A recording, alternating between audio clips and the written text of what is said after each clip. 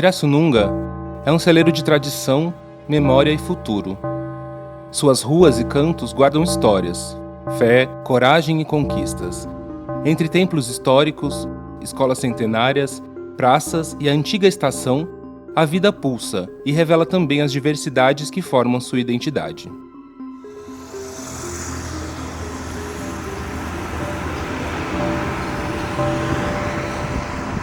Bom, Jovem. Bom dia. Eu dei acho que uns 4, 5 voltas nos quarteirão lá com o Almir. Mas só que é assim, eu tenho segurança assim, vamos supor, eu tô indo. Se vir um carro diferente comigo, eu já fico com medo. Eu tava explicando pra ele, gente, que pra você eu entrego porque é perto da minha casa. Agora tem mais 3 que pega, que vai buscar de carro, que daí é mais longe. Os tempos deixam marcas que moldam quem somos. Entre encontros, diferenças e feridas, aprendemos a transformar a dor em resistência e mudança.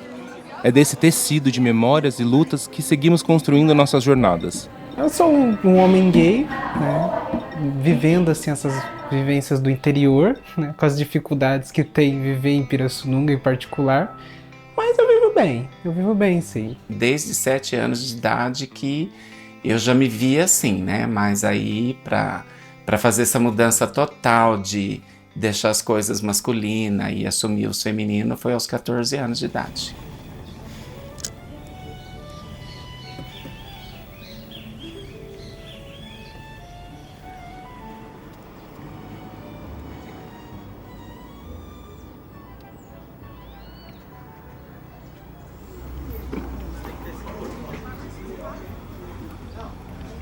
Minha mãe achava que ela poderia curar, né, aquilo que ela não entendia.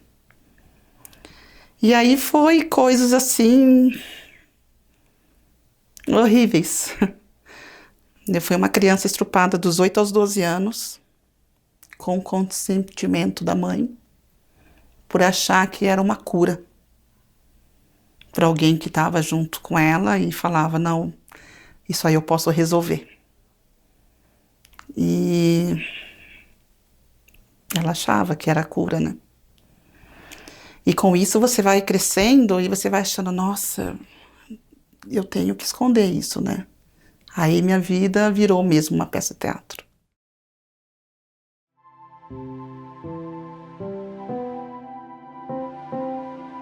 Eu acho que aqui o povo aqui é muito cabeça fechada. E eu era uma criança, né, 15 anos, então teve muito julgamento, houve muita coisa, tipo, não faz isso, você vai se arrepender, isso não é coisa de Deus, você vai ir pro inferno, muitas coisinhas assim. Foi onde eu mais sofri preconceito, foi na dança. Que era um lugar onde eu achava que eu ia ser mais abraçada, por ser cultura, que a cultura é diversidade, mas foi totalmente o oposto. E aí teve um momento, né, nessa minha trajetória, que na época era travesti, lá na Vila São Pedro, onde eu morava, a Mungão, e ela chegou na minha mãe e falou, você cuida do seu filho, que seu filho é viado. E a minha mãe veio me questionar. Você é viado, Rick? Eu falei assim, eu não, imagina. Essa bicha tá louca, acha? A gente vive essa negação. Por mais que você já começou a perceber que gostava de outras coisas, desejava outras coisas. Só que para a família era um tabu. E a minha mãe chegou chorando, desesperada, como se a casa dela tivesse caído, o mundo tivesse acabado. Porque como você não se entende, e ao mesmo tempo a primeira experiência não foi aquela coisa, ai meu Deus, tô apaixonada. Mudou minha vida, enfim, abriu meu horizonte. Não, foi uma experiência boa, mas não foi aquela coisa que moveu o meu mundo. E aí, pelo contexto onde eu estava inserida, pela sociedade, pela pressão, acabou que, para mim, quando eu tive a primeira experiência, parecia como que eu estava fazendo uma coisa ilegal, proibida, e que como se eu tivesse cometido um crime de fato, né? Então, poxa, se eu tiver que falar isso, se eu tiver que contar isso para alguém, ou assumir que eu sou isso, que eu sou isso, né? Olha como me passava na cabeça, que eu sou isso, como se fosse uma coisa totalmente errada, vou ter que dar um 360 que eu não estou preparada para isso e era até sentia vergonha mesmo, né? Não, já começava a me entender desde a infância, né? Já tinha as primeiras marcas, já desde pequeno, já no fundo parece que a gente sempre sabe, né? Então assim, porque não é um processo de escolha, né? Eu não tive como fazer essa escolha, vou escolher seguir por esse caminho. Simplesmente comecei a sentir tanto o desejo, a imaginação, a construção dessa identidade, né? A partir dessas, como posso dizer, praticamente de todos esses desejos que foram surgindo, né? Olhar na infância, ainda eu não tinha como dizer isso, né? Tinha aquela coisa muito prematura ainda, mas mais na adolescência, né? Na adolescência é onde pegou mesmo de começar a entender o que era isso, né? De olhar e falar, não, cara, literalmente eu não tenho afinco com mulheres, eu tenho afinco com homens, então eu falei, isso já começou a ter uma outra perspectiva. E é claro, a cabeça literalmente ela passa por uma transformação radical, né, em meio a tudo isso. Então, começar a se entender enquanto homem gay é o primeiro passo, né? Falar, olha, realmente, eu entendo que gosto disso, sempre gostei, né? Daí você começa a pegar os primeiros traços da infância, né? Que quem nunca fez uma objetificação de um super-herói quando criança, vivendo sendo uma criança viada, por exemplo. Cada um teve essa fase, eu tive a minha também, né? Mas quando chegou o momento de realmente sentar e falar, não, realmente é isso que eu sou, isso já foi bem mais pra frente mesmo, né? Quando já, assim, uns 18 anos mais ou menos.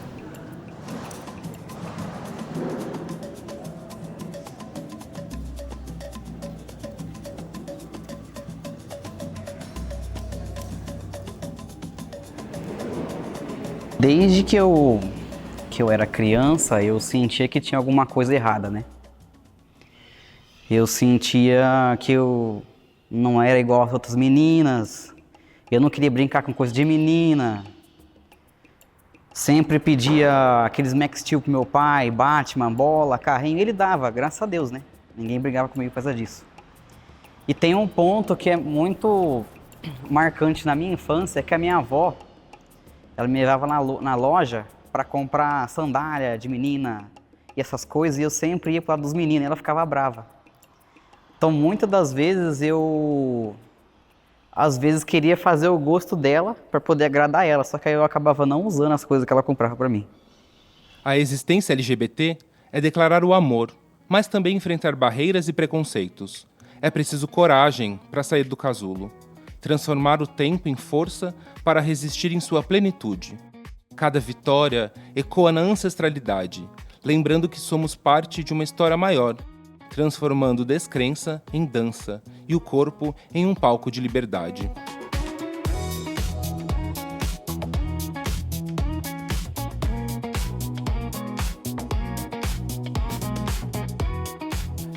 Eu e mais uma amiga na época, né? A gente se travestiu junto, né? Para as roupas femininas, tudo. Aí a gente saía pra rua, aí tinha chacota, entendeu? O povo tirava sarro, às vezes dava carreirão na gente, entendeu? Principalmente estudante, em porta de escola, entendeu? Em certos bares, entendeu? Era assim uma perseguição. E pra gente era tudo muito novo, né? Era uma descoberta, né? De estar agindo assim, e a gente tinha medo, a gente se assustava, porque tinha pessoa que tratava a gente bem e tinha pessoa que perseguia a gente para fazer mal, entendeu? Para bater, espancar, jogar pedra e tudo mais, né? Olha, eu vi muito da cena LGBT lá de trás, né?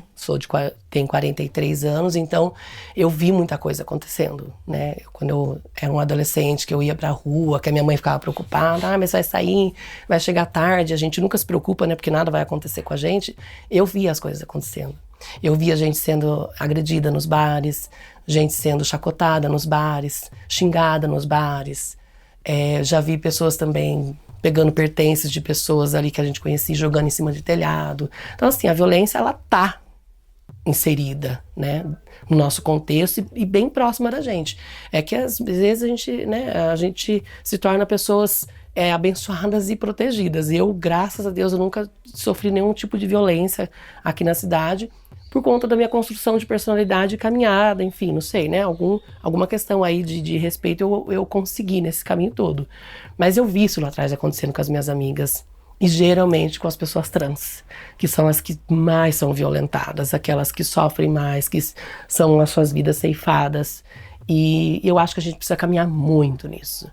Porque quando você tem a passabilidade, tá tudo bem. Então, né, a gente tem as mulheres, né, que vêm no caminho aí, bissexualidade, ou as lésbicas, existe uma caminhada mais tranquila. Agora, quando se trata de um homem gay, efeminado, ou uma trans, uma travesti, a conversa é outra. Né?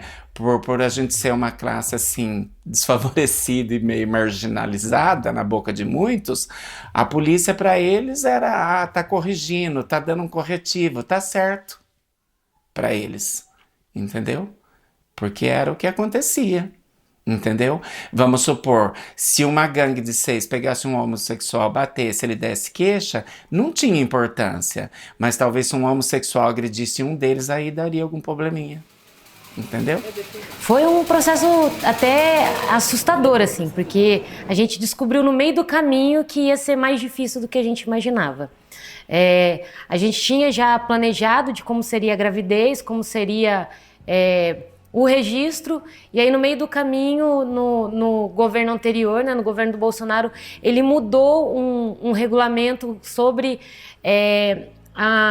o registro de crianças não assistidos por um hospital, que foi o caso do meu filho, foi inseminação caseira. E aí a gente teve que ir atrás de advogado. Primeiro a gente ligou no cartório, o cartório foi até ridículo o que eles falaram pra gente, porque eles falaram assim: bom, você tem 2 maneiras de registrar ele com 2 mães. Você pode esperar ele crescer, e aí com 15 anos de idade, vocês comprovarem a convivência socioafetiva, e aí você consegue registrar a maternidade, ou entrar judicialmente, que foi o que eu fiz. Mas como o objeto da ação judicial era a própria criança, então eu tive que esperar ele nascer. Aí depois que ele nasceu, a gente entrou com o processo, e aí todo mundo ficava orientando: não, registra ele, depois você altera o registro. Eu falava: não, o registro dele vai ser com as 2 mães. Então ele só teve o primeiro registro 3 meses depois de nascido. Mas aí deu tudo certo, a gente teve um advogado, até que foi rápido o processo, o juiz não colocou nenhum empecilho, foi basicamente, a gente entrou com o processo, o juiz já falou para registrar, mas foi um gasto, foi uma demora, um desgaste também, né, um medo de não conseguir.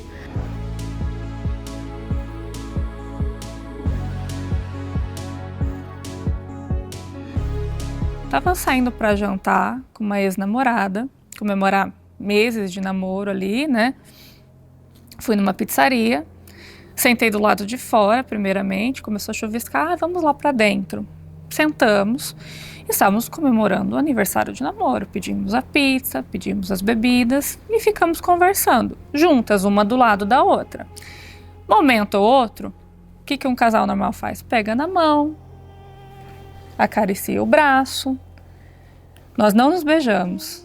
Só foi esse movimento, sabe, de troca de carinho mesmo, que a gente tem em público, que é extremamente normal. E mesmo se a gente tivesse beijado, mas não foi o caso. Tinha uma mesa atrás da gente, um mesaço, assim, grande. Pela vestimenta e pelo comportamento ali e tudo mais, dava pra ver que eram pessoas bem religiosas. Eu não sei a religião que era, mas eu acredito que não era uma religião que aceitava a gente. E tinha algumas crianças correndo ali, brincando e tudo mais. Aí, em determinado momento, chegou o garçom e falou assim, chegou na nossa mesa e falou: licença, eu gostaria de pedir para vocês se tem como vocês pegarem um pouco mais leve. Gente, como assim pegar mais leve? O que a gente tá fazendo? Ah, porque a mesa aqui de trás está incomodada e eles têm crianças. Eu já passei dos 40, e agora? Como é que eu chego, né? E eu ficava assim: eu vou chegar com uma piadinha pra alguém, pra ter... E eu achava assim: gente, eu tô velha, deixa quieto. Guardei, olha isso. Eu falava pra ele, nosso dia quase que eu dei na minha cara. Eu me guardei até agora, né, nesse teatro. Eu faço um outro espetáculo e me escondo também, né? Eu sei, eu olho, vejo, e fico na minha. Afinal de contas, a gente se coloca na caixinha, né? Novamente. Infelizmente e eu me vi nessa fase. Nossa, passei dos 40, agora sou mãe solo, né? Eu tenho uma filha que mora comigo, então achei melhor ficar isso em off, colocar aquele tal do pano, né? Abafar. E viver assim, a mãe solo que trabalha, né? Ver ver com os olhos, lamber com a testa, né? E ficar aqui nesse padrão, quietinha. Eu tinha muito isso, eu falava, melhor isso, é melhor assim. Aí teve um dia que eu acordei embolachada, falei, não posso, que eu sou, né? Não posso, eu fiquei tanto tempo na caixa porque eu quero me colocar de novo lá, né? E foi aonde eu voltei para os aplicativos novamente, né? E aí que foi ter as outras experiências, assim, eu falei, não posso ficar. Não é porque eu sou mãe, não é porque eu tenho mais de 40 que eu tenho que me anular para agradar alguém. Já fiz isso por 27 anos. Divergente eu não diria, porque se encontram muito, né? Mas que ainda é muito difícil você conseguir se pôr enquanto um homem preto gay, até mesmo dentro da própria comunidade. Porque é como se ainda tivesse um ponto de invisibilidade. A gente pega exemplo mesmo na própria campanha do orgulho, né? Hoje a gente vê figuras negras participando, assim, como parte das propagandas, dos holofotes, da área de imagem mesmo, né? Mas por muito tempo isso não foi. Mesmo que pessoas negras tenham levantado esse movimento, né? Que é preciso resgatar a memória da revolta de 69 lá em Stonewall. Quem comandou aquilo foi uma mulher trans preta, né? Junto de uma mulher latina. Então, assim, não houve uma construção a partir da branquitude. Não que os brancos não tenham participado nesse processo, mas que, assim, o pontapé inicial sempre foi dado pela comunidade preta. E aí ela vai sendo marginalizada nesse processo, né? E eu, assim como os demais, passo esse processo de marginalização.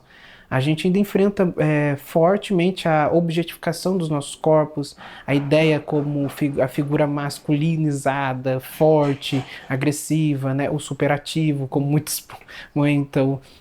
E isso ainda perpassa muito na relação entre ser negro e ser gay, né? Então eu diria que o ponto em comum os dois sofrem da marginalização por ser quem são. As suas dissonâncias, elas são mais que as causas da negritude, elas são colocadas num ponto ainda mais secundário dentro da própria comunidade. Para uma vaga de emprego é bem mais difícil. Já teve momentos de eu ir para me candidatar para dar aula de balé e me perguntarem como eu levaria as crianças no banheiro. Aí foi, tipo, eu fiquei sem rumo. Tipo, eu sempre tô pronta para uma resposta, mas eu nunca tinha uma pergunta assim, tipo, como eu vou levar uma criança? Eu fiquei bem perdida, mas...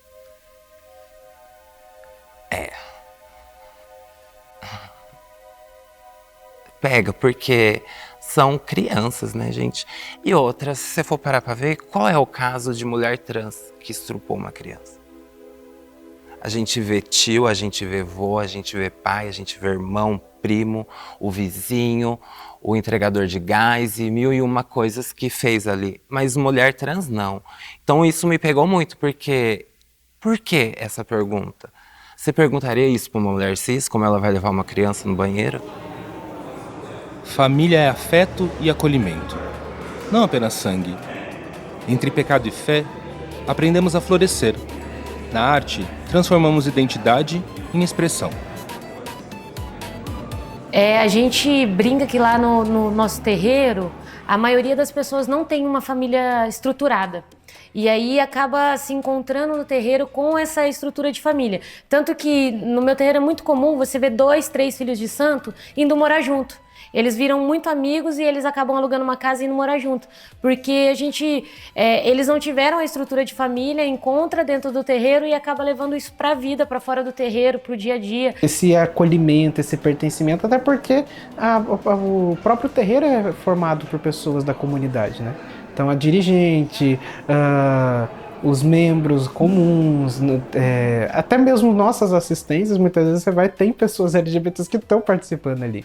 Né? Então é um espaço que é aberto ao acolhimento de toda e qualquer pessoa. E no caso, é aceitar a comunidade da forma tal como ela é. Né? Não é ditar para, olha, aqui é pecado isso? Não é pecado, não temos pecado. Né? Você pode ser da maneira como for. Você é um homem gay, você se entende como homem gay, você vive casado ou não com homem, você tem uma relação com vários homens, você tem uma relação apenas bígama, monogâmica, não importa. Né? Isso o terreiro acolhe todo e qualquer tipo de pessoa. Quando eu comecei a expressar e trazer, claro que estava vindo aquela questão da orientação de gênero, eu estava desabrochando no alto da minha adolescência, puberdade enlouquecendo, e aí eu percebia que o acesso com as pessoas, a linha de frente, era muito mais eficiente de Monique. Então, eu tenho certeza que se eu estivesse dando esse depoimento hoje de Monique Maravilha, ele teria muito mais impacto do que o depoimento que eu estou dando agora. O alcance é melhor, a janela é melhor, a cor, tudo muda. Então, a partir disso, eu comecei a trabalhar as minhas questões internas, porque eu entendi, nossa, eu vou ser uma menina, vou virar uma menina, porque, né, cada vez que eu saio, o acesso é maior, todo mundo quer pegar, todo mundo quer beijar, e eu comecei a confundir isso. Eu disse, não, peraí, então eu vou ter que estabelecer um limite. E aí, depois de um momento, eu comecei a separar, assim, nenhum dos eventos que eu participava, quando tinha esse tipo de acesso, eu já bloqueava, só, olha, aqui é trabalho, né, é um lugar, né, de profissão e dessa relação. E aí, depois de um tempo também, essa questão política, né, vai enraizando na gente, né, quando a gente é muito jovem, a gente não entende muito esse lugar de bradar pelas lutas, né, pelas existências, por tudo que já foi massacrado. E aí, como eu volto a falar, né, a Monique, ela tem um poder de alcance maior do que o meu. Se eu estiver num palanque falando em nome de uma comunidade LGBT, eu vou ter meu espaço de fala. Mas a Monique falando num palanque, numa parada, é um outro espaço. A liberdade de ser quem se é pulsa em cada pessoa e ganha força na união de todos. Ser política LGBT numa cidade como a nossa é ter certeza de que eu tô falando para poucos. É ter a certeza que muita gente olha para mim e diz, eu não vou ouvir o que ela tá falando só por ela ser quem ela é e representar o que ela representa. Inclusive, eu recebo muitas mensagens de senhoras mais velhas que pedem para ir no meu gabinete me conhecer porque me ouviram na rádio, gostaram do meu discurso e aí fica impressionada com quem eu sou. Então, é uma desconstrução de olhar de...